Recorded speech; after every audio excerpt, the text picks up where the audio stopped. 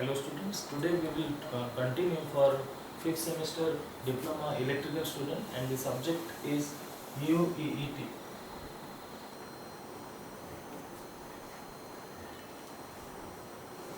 So today we will discuss about coreless induction furnace and we will also understand its working principle, what are its advantages and how they have been used in industries. So before going to that, let us have a basic diagram through which we can understand this type of furnace more clearly. So I am drawing a diagram which will just boost you with some initial you can tell it that initial things that is essential for understanding this kind of furnaces. So students, we have a crucible or a container and inside which we have stored charge, right? So needless to say, this charge is nothing but the things which we have to melt, because already we have discussed in our previous classes. Right, now surrounding its outer wall we have the winding. Similarly over here also. Right, and let me write the topic: coreless induction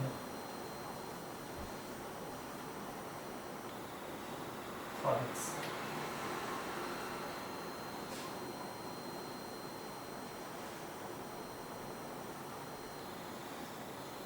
Right, students. So, as the topic suggests, there is no core is there. So we are utilizing instead of core the charge, so that it will be heated. Now this is the basic diagram, and what are these things? This is the primary winding, which I am writing it down. Primary winding, right? These are the charge.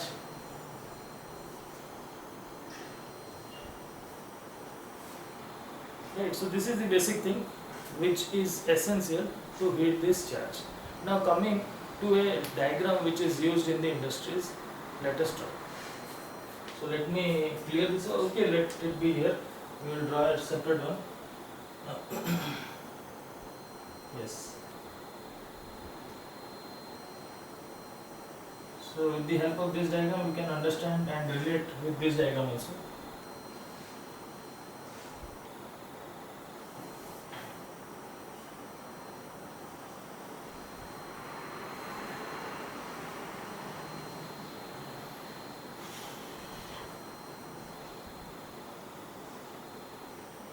So this diagram is already in your book also, so you can refer there also if the diagram is not clear to you.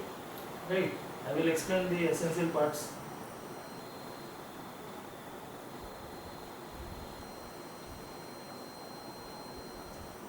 And the working also.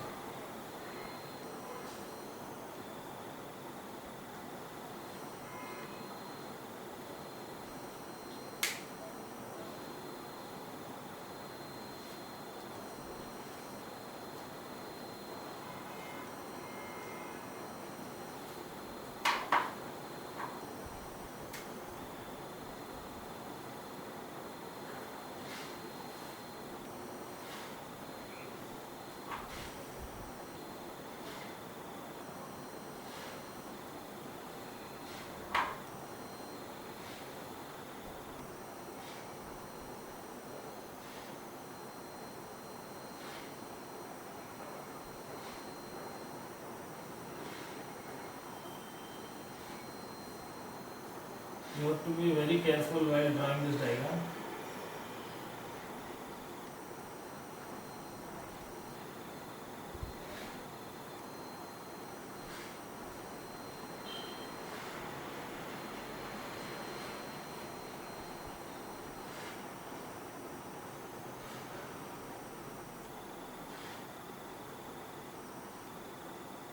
I will explain the parts also. Let me finish it once, then we will discuss it thoroughly. Right. So I'm not an artist, but somehow it will work. I think it is clear now, and a little bit more things are there. Let me complete it. So it's just a half round shape to make it a better container.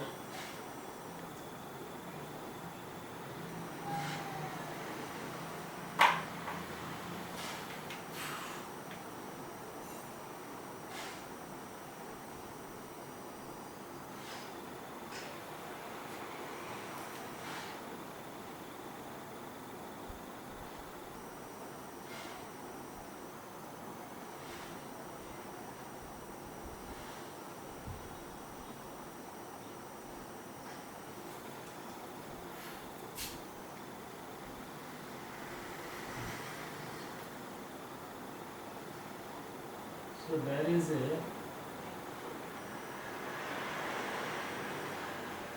earthing pole. I will explain detailed the structures. Uh, what else? Steel form earthing pole. Yes, it's fine now. Now, let me just draw the line forms.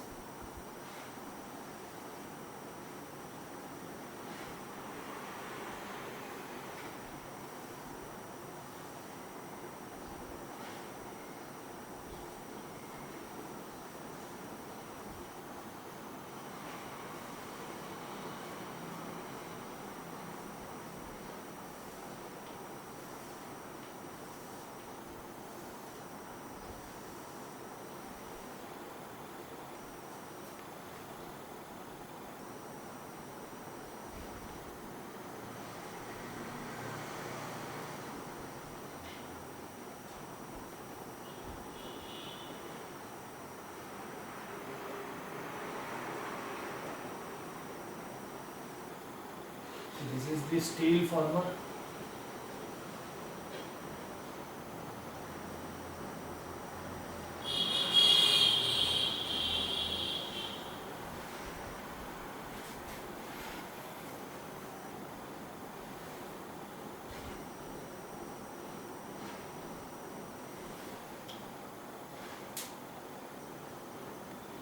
Printed lining. This ones are your printed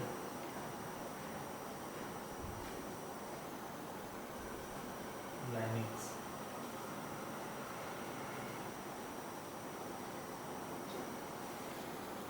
Then is your magnetic yoke.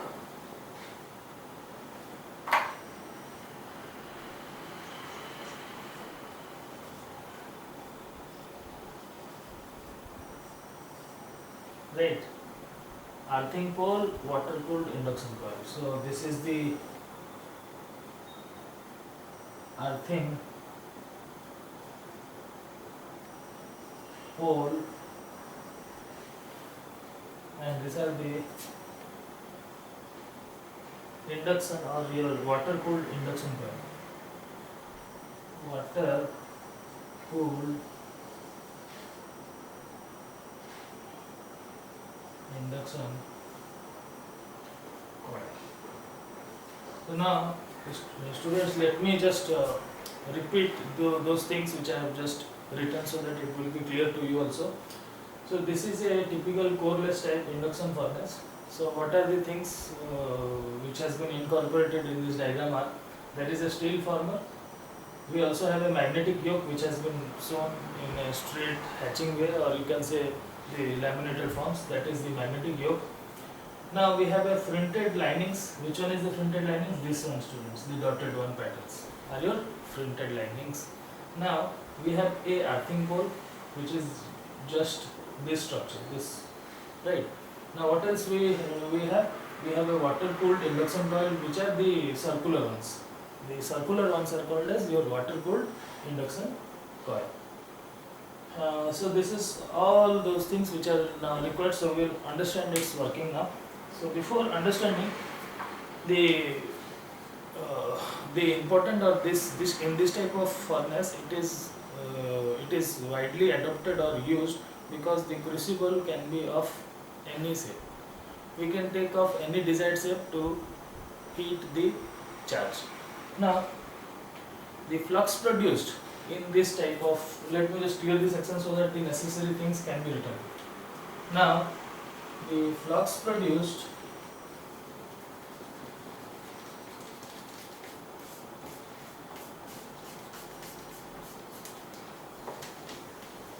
just a moment, students.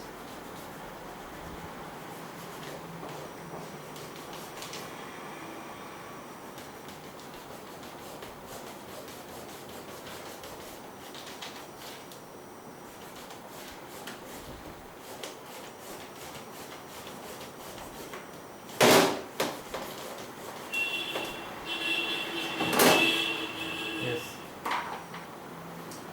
So we all know the eddy current, as we have discussed in our last class, that eddy current is proportional to your square of the flux density and is also proportional to the square of frequency. Right, there are other things also, but those things which are required for induction heating we have considered. That is the flux density, which is denoted by the letter B. And for eddy current, the formula or the proportionality is square of the flux density. So I have taken it, W is proportional to B square, and also it is also proportional to the square of the frequency. So I have written it as F square. Now, the eddy current is sufficient to heat the charge to its melting point and set up its own magnetic field. Right. So this is, as you can see, is proportional to square of flux density and is also proportional to the square of frequency. This is sufficient to produce the amount of eddy current which will be sufficient to heat the charge. Now again, we have the furnace as a refractory lining. So this is the construction part. So what are the construction part? See students, there is a refractory lining which is written as printed linings. So you can write either of them. Either you can write printed lining or your refractory lining. So as we have discussed earlier also, this refractory lining has the capability to withstand high amount of temperatures without melting the structure or the arrangement. So this refractory lining or your printed lining is necessary. Now there is a earthing pole also. Why this earthing pole is here? Because already we have understood in our previous semesters that earthing helps us to prevent both life and the equipment itself. So if dangerous amount of current is drawing by any equipment, then the priority should be that it should have a proper earthing. Without proper earthing, it may damage the equipment also, or also it can damage the life of the operator or the person who is involved directly with the furnace. So this has a earthing pole and which has been shown in the bottom. So for convenient, so that this can be conveniently taken to be grounded, so it has been fixed at the bottom. Now what else things are there? There is a magnetic core. You can see the hatching line is there. These are the magnetic cores. This has been now laminated. Now there are circular water cooled induction coil. So there might be a thing which you will be thinking that why these are circular and that too water cooled. As because you see these are the primary winding, mind you students. So if these are primary windings and the secondary it is inducing high amount of current, then there will be a heating effect in the primary side also. So this coil has a huge amount of copper loss. So if it is having huge amount of copper loss, the wire involved in the primary winding will get heated up. So to cool them, we have a water cooled induction coil and its structure is a hollow one, hollow cylindrical type, that will be totally hollow as you can see, and it will be, the outer side will be the conductors, the inside it is totally hollow. And what is the purpose of this hollow? Inside this hollow passage we will allow to circulate cool water, so that the amount of heat which will be produced can be cooled instantly without damaging the winding. Otherwise what will happen if we will not cool this primary winding, it may burnt out. So to avoid such kind of things, we have to cool this primary immediately. So during the operation also, this primary winding gets cooled so that it can work satisfactorily and for longer lifespan. So that is the reason why it has been shown in circular form and has been written water cooled induction coil. So these coils will carry water inside them, and this water is already cooled. So by the process of conduction, the heat will be transmitted out and will be carried by the water. Right. So what are the other things, student?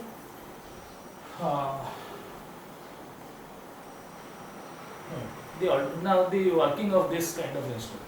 The alternating flux which will be produced by this primary winding will also produce eddy current. Why it will produce eddy current?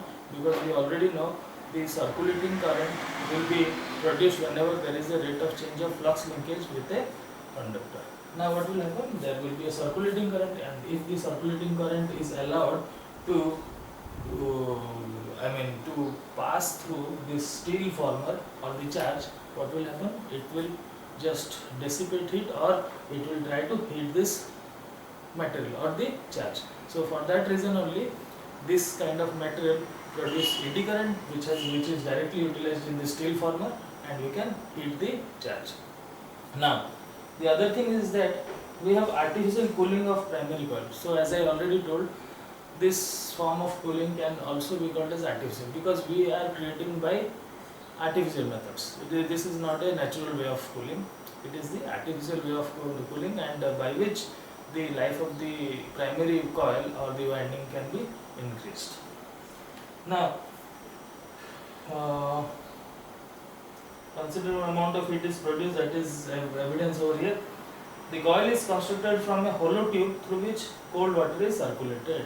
So the coil is constructed through a hollow tube through which circular or your cold water is circulated. And mind you, students, this passage or this circular forms, what will happen if water is allowed to flow? It has to be a waterproof arrangement. So you have to be very much sure that this will be a totally waterproof hole or passage. Otherwise, what will it form? It will form a dead short circuit and may also burn your windings. Right. So the other things are to minimize the stray field and also reduces the exciting current necessary to produce flux. So here also to minimize the eddy current, the outer side. So this inside side we are not bothered, because we are intended to heat the charge. Getting me or not? Because these are the things which we have to heat. We do not have to heat the outer side. Only thing which has to be heated is inside this steel former. So what about the things which are associated just outside the primary winding? So these are the things which has to be laminated. Otherwise, what will happen? They will also get heated up. So that will be a problem for us. We do not need. So why to heat this outer part? So what we'll do to reduce this eddy current? We will laminate them. So that's the reason why we have laminated the outer part of the yoke. And now coming to their advantages today. So this has numerous advantages, because in our earlier type of furnaces, they were having time consuming, or as compared to this type of furnace, they took much longer time to melt the charge. But in this type of furnace, it will take very less amount of time to heat the charge. Now the other advantages are precise control of power into the charge can be employed. So in this method, look, we have the windings. So by controlling the power or by adjusting the power, we can adjust by changing the taps and by other means also. We can control the amount of current, right? So by controlling it, we can have a very precise control. So what do you mean by precise? Very accurate way to control the temperature can be achieved by using this furnace. So other advantages are the crucible shape is also not defined, or it can be of any shape. We can take the crucible of any shape and can use to heat them. So it is also having a simple way of charging and pouring. What is charging and what is pouring, students? So charging means, we have already know what is charge.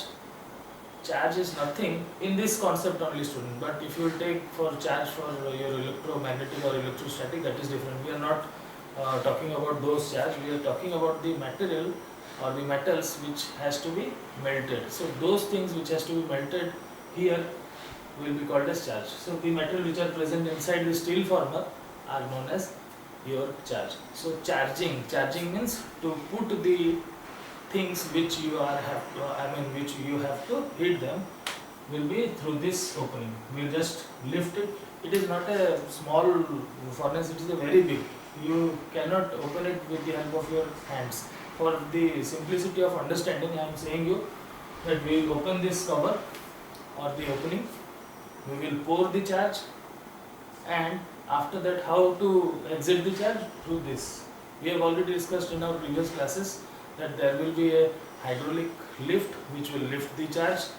So if this is the charge, students, this is the total arrangement. If this is the total arrangement, there will be a hydraulic arrangement which will make the charge, after it has been molten, it will be lifted or it will be tilted slightly at a lower pace, so that it will deposit or it will get the amounts of the molten materials quite slowly and very accurately. So this is the way through which the charge will be exited, and this is the opening through which we can pour the charge, and by this way this charge can be heated to a very accurate value of temperature. Now the other advantages are there is no dust, no noise also. Noise pollution is nowhere, because as it is electric heating, we will have soundless operation, and we do not have smoke also, so it is eco-friendly also, you can say, because the environment pollution is very much concerned in today's days. So with the use of this kind of furnace, we will have pollution also can be controlled. Now the automatic steering of the charge can be achieved by this process, because as we are using this method, and this method is used by the help of eddy currents which have been circulated inside the steel chamber. This allows to steer the charge. What do you mean by steering? To mix up the charge. So due to this eddy current, it will get mixed up automatically. There will be no need for manual steering the charge. See students, this alternating current is varying, it has its magnitude and direction changes at every instant. So due to this action only, this eddy current will also change its magnitude and direction instantaneously or momentarily. So due to this action, what happens is the eddy current, which is very high, will form a circulating pattern automatically, which will make you to steer the charge automatically. So this is the principle how the charge is steered inside the steel furnace. Now there are other advantages also. Extraction of cost of furnace is low. So the erection cost is also low. So if you have to erect such kind of furnace, it is very low. Why it is very low? Because already there will be no core. So we can arrange this kind of furnace with some considerable amount of, or some limited value of amount of money. This kind of furnace can be erected. Now opening cost is also low. So here the opening cost is also low, means if you require any maintenance or any such kind of activities, its cost will be also low, as it is very much simple in construction. So it can be opened quite easily. So student, this is all about your poreless induction furnace. Next class we will understand about your dielectric heating. So go through this content, and if you have any doubt, then you may ask me directly. Now the last topic which we will discuss today is skin effect. That do not need any diagram, but I will write the name only and make you understand what is skin effect, and in our coming classes we will understand about your dielectric heating. So skin effect is a very important effect which is observed in transmission lines, and where the size of the conductor is very large. So what is skin effect? Actually what happens is, when we draw a direct current the distribution of this current throughout this conductor is uniform. So what I said, if I will allow a conductor which is this or in this is, suppose, let us assume this is a solid conductor, and if I allow a DC, what I allow? DC.